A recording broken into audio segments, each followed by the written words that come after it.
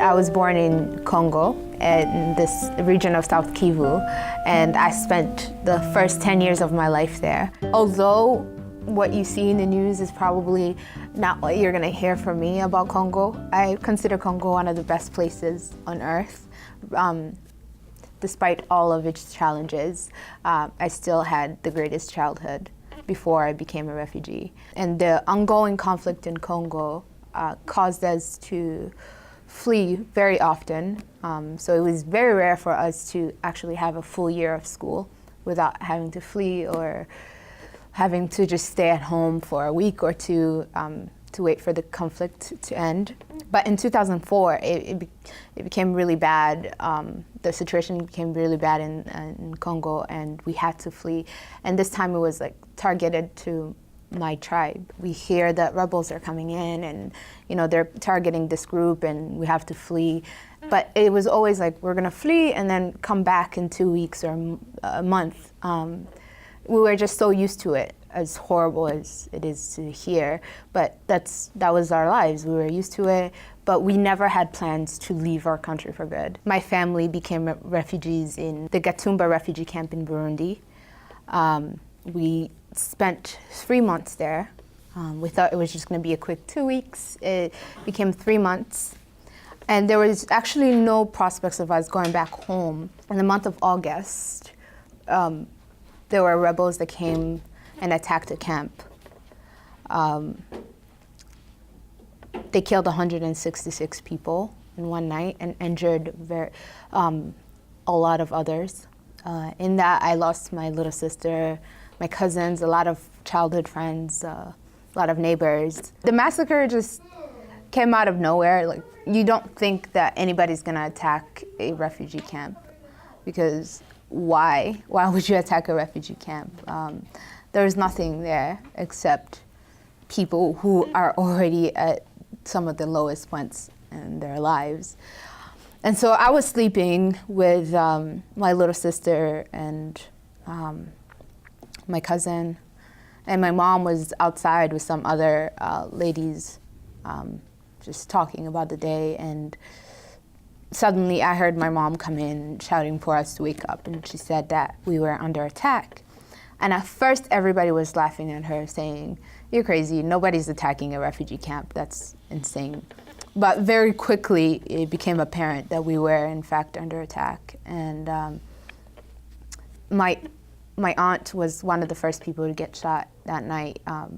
Both her arms were hit, so she couldn't really do anything. And so my mom was just like, "Oh, Sandra, find something to wrap her arms with." I don't even know how she thought of that, because I was just like, oh my God, her arms are about to fall off.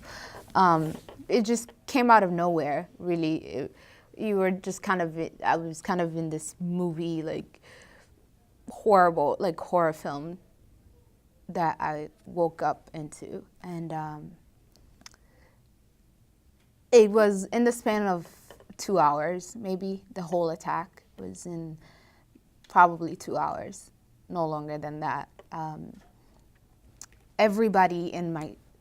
Almost everybody in my tent died except 4 of us.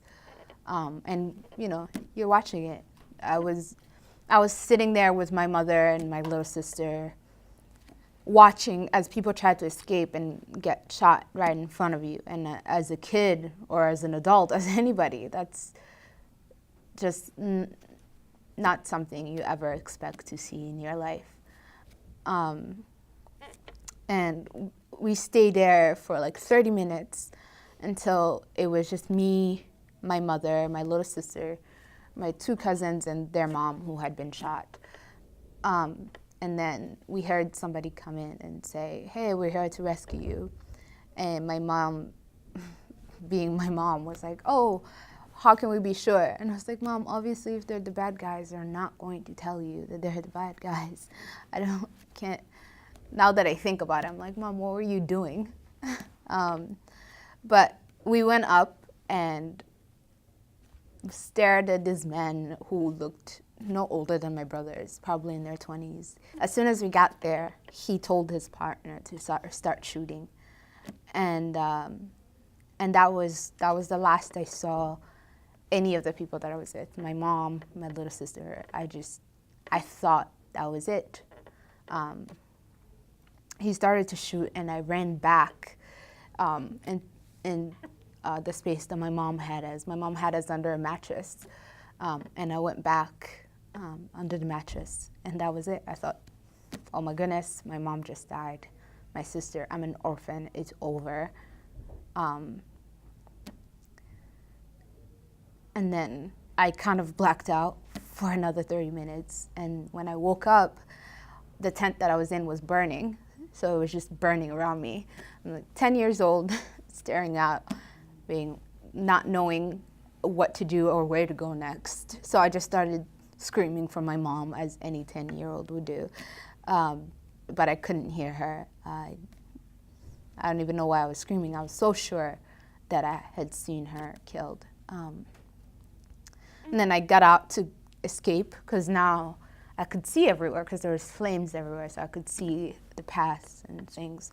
So I got out, and as soon as I stepped out of the burning tent, this other guy grabbed me and had a gun to my head, and I was like, yep, I escaped that round, but definitely not gonna escape this one.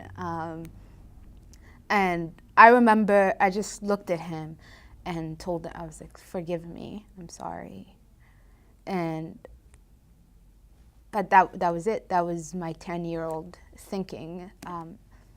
There must be a reason why this man wants to harm me. I must have done something wrong to cause this. So I was just sitting there going, I'm sorry. And I looked at him, and he looked at me, and there were many people trying to escape. And I don't know what happened, but the other guy that was next to him was running after this man that was trying to escape. And the guy that was holding me just kicked me and let me go. I don't know why. I have no idea why he did that. But in my mind, I think he was just like, well, like, even if she survives, where is she gonna go? If she doesn't have any family, she's not gonna survive long anyway. I think he was just kind of like, you know what, just go. I'll let the world do with you as it pleases. I have no idea why or how I survived, honestly, because so many people lost their lives and loved ones. Throughout the night, I found my mother. She had been shot, but she was very well. And then she told me that my sister had died right then and there, and my aunt and her 2 sons. And then I eventually found one of my brothers who had also been shot in the arm, and my father and my other brother we found the next day. After the massacre, we didn't really want to stay in the program because we were traumatized, so we didn't want to be put in another refugee camp. So that's when we went to Rwanda. But basically, they came in the next day and were the people picking up bodies and mass burials. That's what they were doing. And then taking some people to other refugee camps. And then, of course, the resettlement program, all the information of who was in the camp actually came from them, because they had everybody's names who had been in the camp. Being a refugee in itself is definitely not an easy thing. As a kid, you're pulled out of school and forced to just live a life of, you're poor, you have no school, you have nothing to look forward to. You live in a room half the size, and for basically however long you're staying in that camp, you're depending on the UNHCR to come with food, water, the very basic needs are not met in a refugee camp. And what made our refugee camp worse was it was a temporary refugee camp. So they actually built it the day we got there. The UNHCR workers came the same day we fled and were building the tents up like while we were sitting there, the first night we actually spent outside because the camp wasn't ready. And that's a reality for a lot of refugees fleeing. My family spent almost 2 years after that as refugees in Burundi and Rwanda, which for me was really the first time I ever experienced poverty. You know, it wasn't until like I saw how other people looked at Congo that I realized that they thought we were dirt poor and with no education. But that's not how I looked at my home. I loved my home. I loved everything that came with it. I loved my school. I loved my culture. I loved that I was near all of my family. I spent the next 3 months after the massacre waking up in the middle of the night from like midnight all the way until 5 in the morning. I would be just sitting up shaking because those were the hours of the massacre. And my mom too. So my father was just watching this, and he couldn't bear to keep us in Burundi, but we had no place else to go. With the help of a lot of volunteers, we got money to get on the bus to go to Rwanda, which helped a lot emotionally to be able to get away from the country that caused you so much pain. But that wasn't a reality for other people. There were people in that refugee camp that lost all their families and then the next morning had to be shipped out to another refugee camp. It's tragic. You wouldn't wish that on anyone.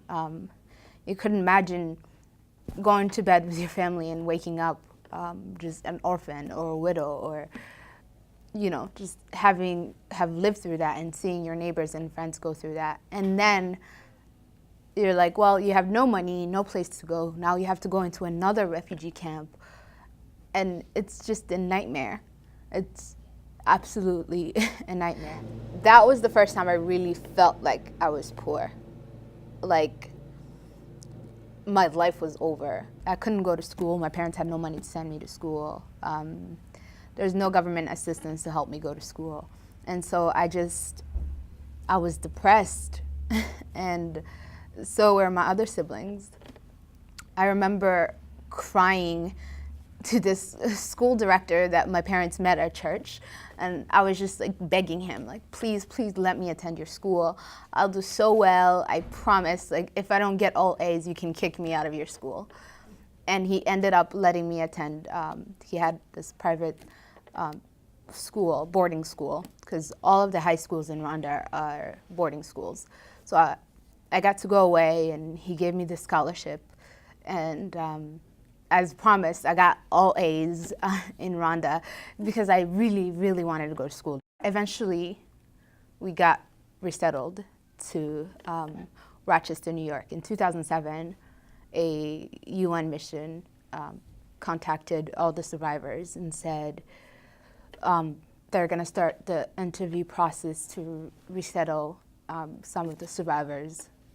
And my family entered, and we went through numerous interviews.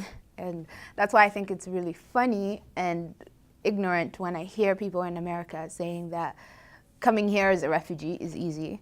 Like, you can just go into a UNHCR office and say, hey, I'm a refugee, and they just put you on a plane. It was, honestly, my mom almost dropped out of the whole thing because of how strenuous it was emotionally. Going into an interview and having somebody sit there and ask you how you got here and ask you about the worst night of your life, and you can't make any mistakes, because if I say something different from my mother, all of a sudden our case has to be reviewed all over again. It was so surreal, just being resettled in Rochester, New York. It's much like Dobbs Ferry, very cold, very snowy. And I remember we landed in the airport, and I was just like, oh my goodness, these people live in ice. I can't do this, because no one had told me that it was gonna be that cold. No one warned me. I knew that it was going to be cold, but I don't think I knew exactly how cold. Of course, coming here without any knowledge of the language or culture, it was really hard, especially on my parents, because all of a sudden they lost control of, parenting, because it's how do you parent a child that's growing up in a different culture whose language you can't understand? Like, she can't understand anything about like schooling. She doesn't know how to make sure that I'm in a good school. She doesn't know how to apply for me to any programs. Like, all of this, like, they kind of just hand all their parenting to social workers, and it was very hard on them because there were such involved parents in my upbringing, and then all of a sudden they can't be.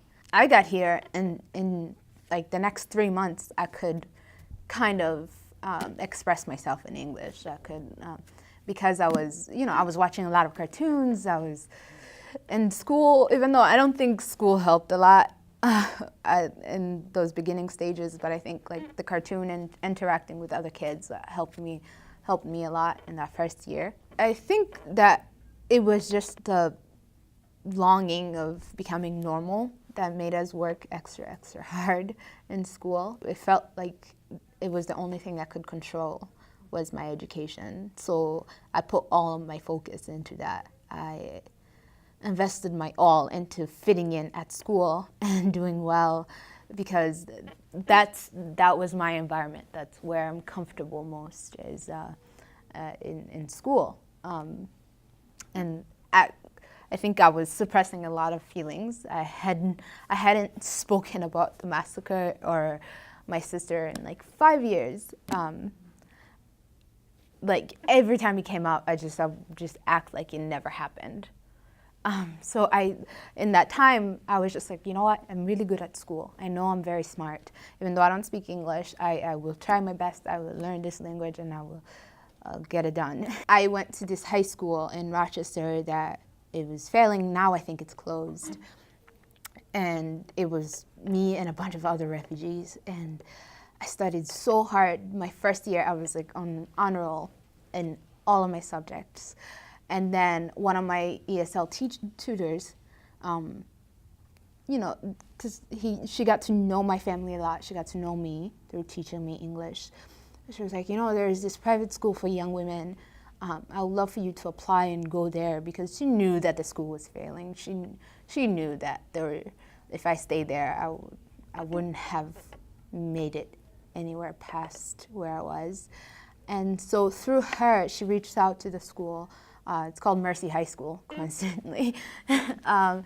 Mercy High School for Young Women. And they're an excellent high school.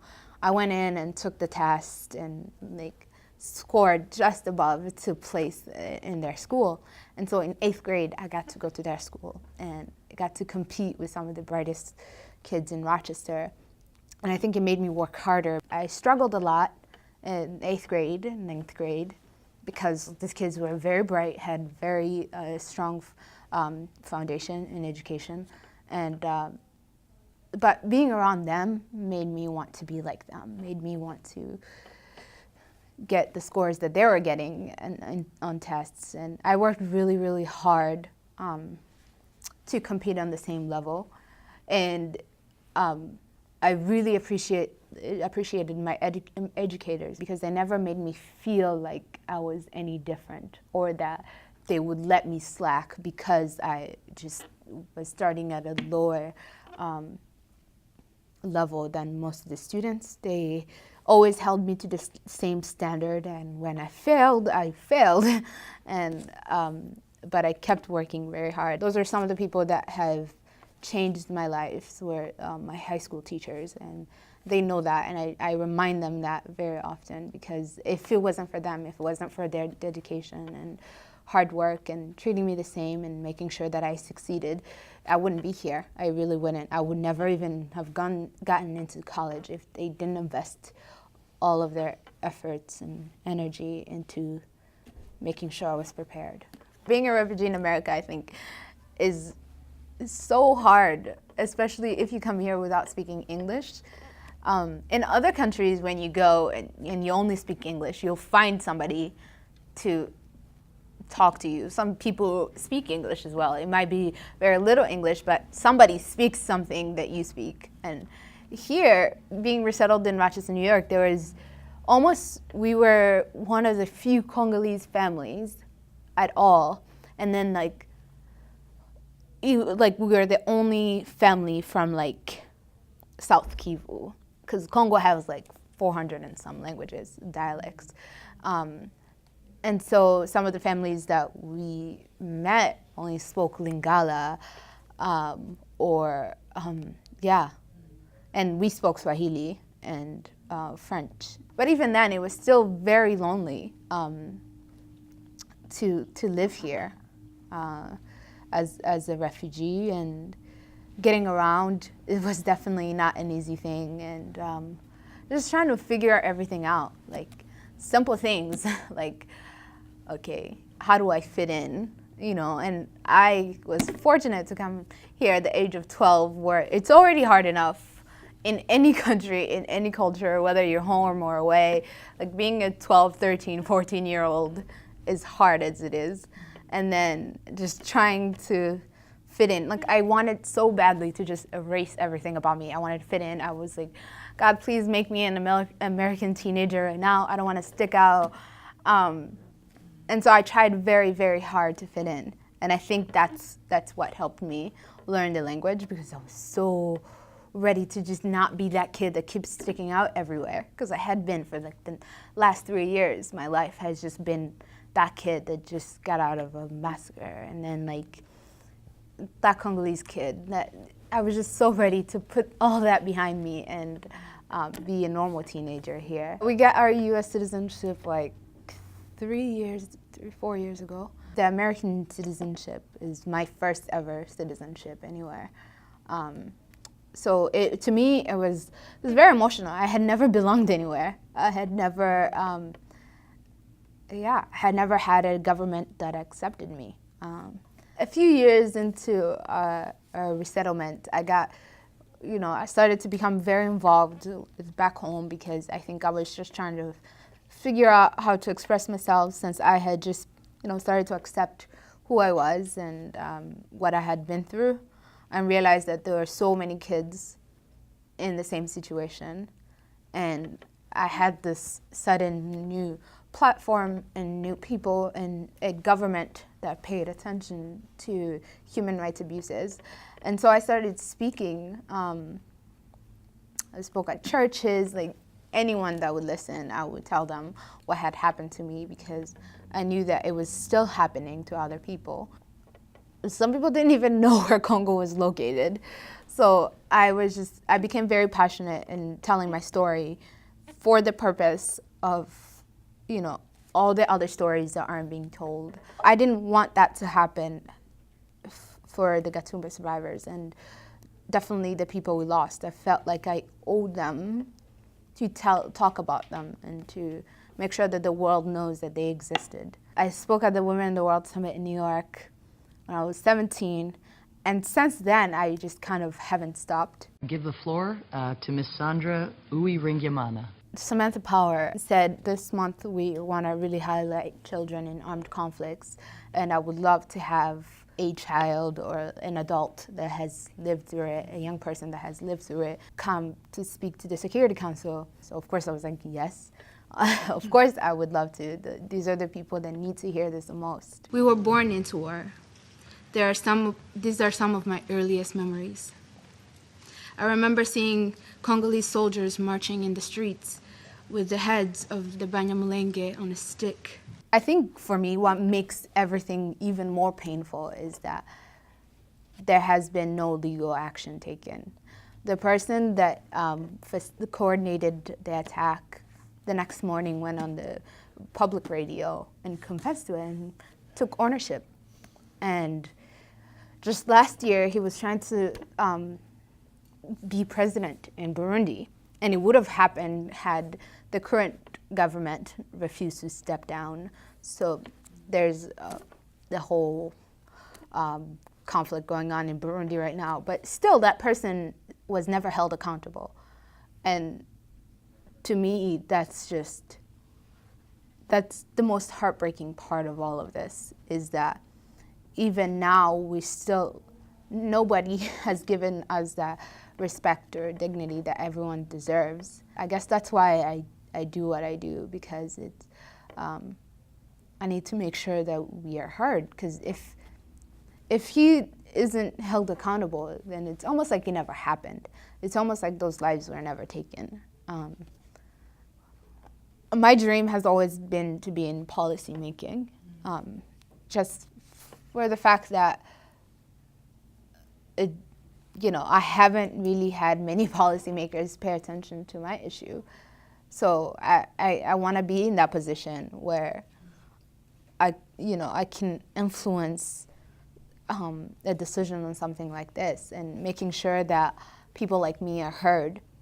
And although I really love working in NGOs, I have a passion of working in policymaking because I feel like they failed me. So I want to be in those shoes where somebody can come to me and I have the power to do something about it.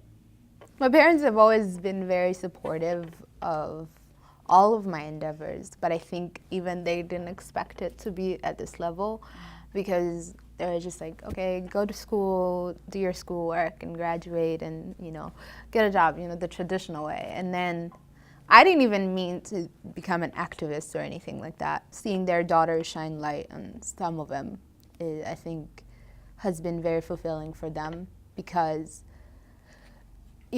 they are a part of generations and generations of people that have seen the same thing happen, where something awful happens and then the international community just stays silent. And so they've been very encouraging in that it is important, what I do is important, and my voice is important. And the fact that I'm almost like the only person from like my tribe that has even stepped foot in the office of lawmakers or whatever is incredible, and also kind of sad. I have a whole region of people that are sitting there and sending me messages and telling me that they appreciate what I do because nobody else has done it. And it's sad because I'm only 22. Like, you would think at this point somebody would have started doing something. I think that one of the best ways you can help refugees is to listen and know what's going on. As I said, I'm here now, and here we all heard of the Syrian refugee crisis and people saying, well, shut the doors because we don't want bad people coming in. Of course, nobody wants bad people coming in, but you have to realize that a refugee is not in their shoes because they want to be. It's because they're being forced to be there. It's not a very dignifying position to go in, and no one in their right mind would go through it just to come here to cause trouble. It's really not what it is. I think that if anybody would do that, they're insane. Very often we don't have a voice, and you just hear us in numbers. 100 refugees resettled here, and whatever. President Obama let in this and many refugees, but you never really get to put their faces on it. And I think once I speak to people, sometimes you'll see their perspective of what a refugee is change, because I'm living proof that you can give somebody a second chance at life. Refugees need everything you can think of. And so just knowing which organizations welcome refugees in your area, and giving your time or donating things, or most really is, I think it's time. What I appreciate most are the people who came home and would be like, hey, can we take you guys to the beach? Let's show you guys here. And do you need to go grocery shopping? And made an effort to really integrate us in the community. A lot of people expect me to hate Congo because it's failed me so many times. But I really don't. It's home. I love it a lot. I want to serve it. It's very close to my heart. After everything, it's still very close to my heart. It has some of my best memories are there. And of course, I still have family there, so it's not like I can just cut the whole part out of my life. And I really do think there's hope for the country. And I think there's a new generation that is honest and realizes that our differences are what makes us great. So I'm really hopeful for the future of Congo, and I hope to be a part of it. And you know, I love it. I love it.